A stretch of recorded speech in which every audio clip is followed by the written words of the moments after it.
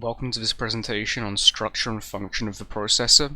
In this video we're going to cover the relationship between the buses, registers, and the FDE cycle. We're going to use a sample program using a website called Little Man Computer, and we're going to explain different parts of the central processing unit. So in this first part we're going to explain different components of the CPU. Here you can see a diagram I quickly made of the CPU. You learned this at GCSE level. You've got the central processing unit takes input from input peripherals and it outputs stuff from output peripherals, and it uses RAM, random access memory, to store programs and instructions. The FDE cycle, or fetch, decode, execute cycle, is just the cycle the CPU makes of fetching information from the RAM or input peripherals, decoding it, turning it into binary instructions, and executing said binary instructions. And it does this on loop billions of times per second, depending on the speed of your processor. So the first part of the CPU we're going to be learning about is the control unit. What this does is it tells different registers, like the memory data register and the program counter, what data is being read from or written to, and whether or not to write or read from it. It controls all the data entering and exiting the CPU, and it accesses the memory via the control bus. Another important part of the CPU is the program counter. What the program counter does is it tells registers such as the memory address register where what the next line of instructions is to be executed in the memory, or decoded in the memory data register.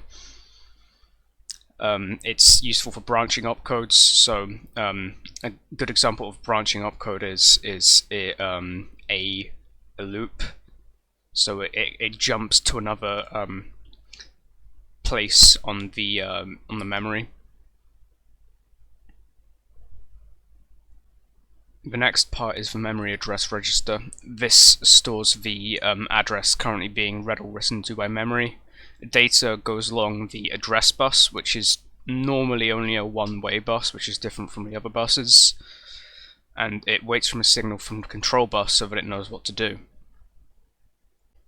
The memory data register, or sometimes known as the memory buffer register, stores data temporarily, which is read or written to from memory. All data to and from memory must pass through the memory data register and the data bus. If the data contained in the memory data register is an instruction, it's carried over to the current instruction register. This holds the current instruction being executed, and instruction usually contains the operator and the operand. The operator is the assembly instruction that needs to be executed, and the operand is data after that, but information to be processed or stuff like that, variables and whatnot. So if the instructions or data being held in the memory data register is an addition, or it requires some kind of logical processing, it goes to the arithmetic logic unit, and this performs arithmetic and logical operations on data.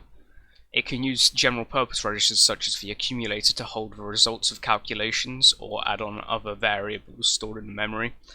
It can conduct arithmetic operations on both fixed and floating point numbers as defined by the processor. So the accumulator is one of the general purpose registers of the CPU. In general purpose registers, data is temporarily stored in them, usually for arithmetic operations. More general purpose registers in a CPU could speed it up. Another important part of the CPU is not a register but the buses. These control the flow of data to and from registers, so the address bus carries memory addresses that tell the control unit what is being read from or written to. The data bus carries the actual data and instructions that are being read from and written to by the CPU, and the control bus carries signals from the control unit to other components of the CPU.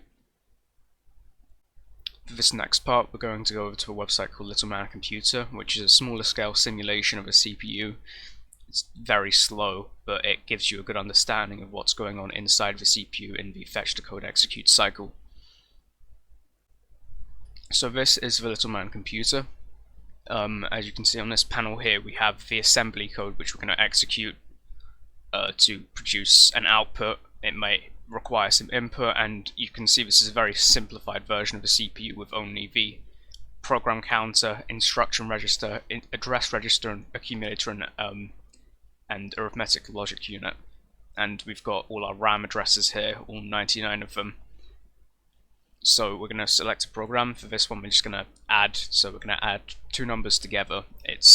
We can see here in the assembly, so it's going to ask for our input, it's going to store 99, so store the value being held in the, what I'd assume, accumulator to address 99, and it's going to ask for our input again, it's going to add 99, what's stored in 99 to our input, and it's going to output, and it's going to hold.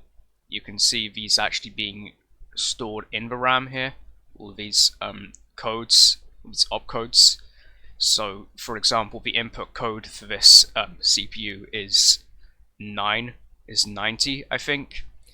So if you ask for input, you do 901, but if you want to do output, you do 902. That's the input and output opcodes. So we will assemble this into RAM. It's already done, and we're going to run it.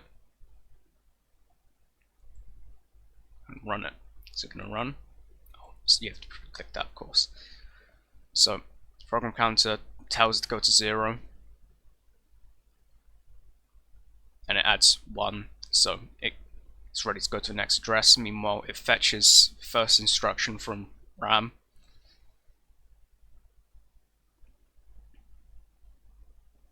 This goes into the address register. This is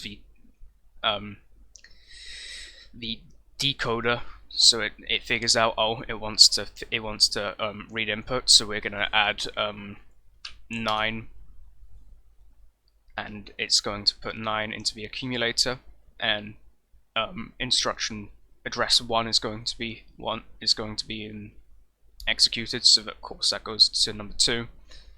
It's going to read the next instruction from RAM.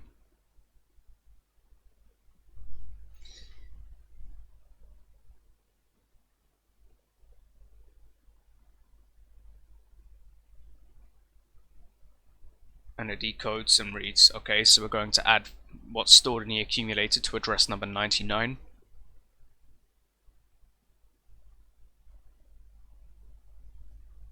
And then we execute the next instruction. This increments, it goes to address number 3, or program number 3 for next time it needs to be executed. And we fetch RAM slot number 2, well, yeah, and this one is saying, of course, to input, so we input that again, 9 plus 10. So address number 10 is stored in the accumulator, and it increments number 4, fetching the next instruction from RAM.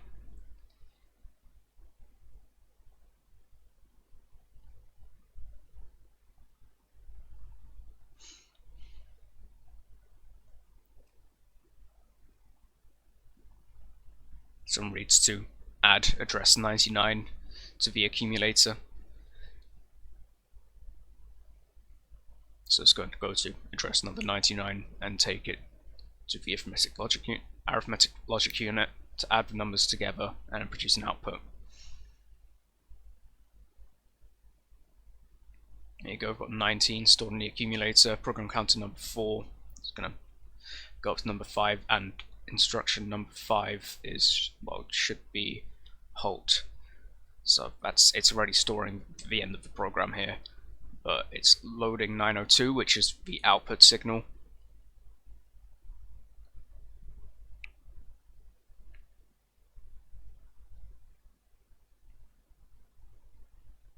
Processing this in a decoder, and now the accumulator is getting output. program counter increments to 6, which is nothing. There's nothing stored in these addresses.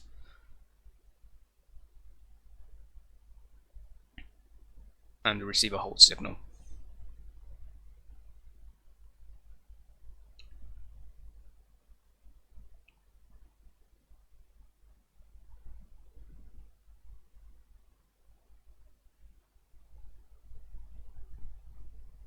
Yeah, that's it. That's the process of, that's a very basic, simplified down function of a processor using Little Man's computer. Of course, this is very slow. An instruction like this would be carried out in like a millionth of a second, not a millionth of a second, but very quickly, a million times per second, in a realistic CPU. I hope this gives you a better understanding of the structure and function of a processor. Thank you for listening.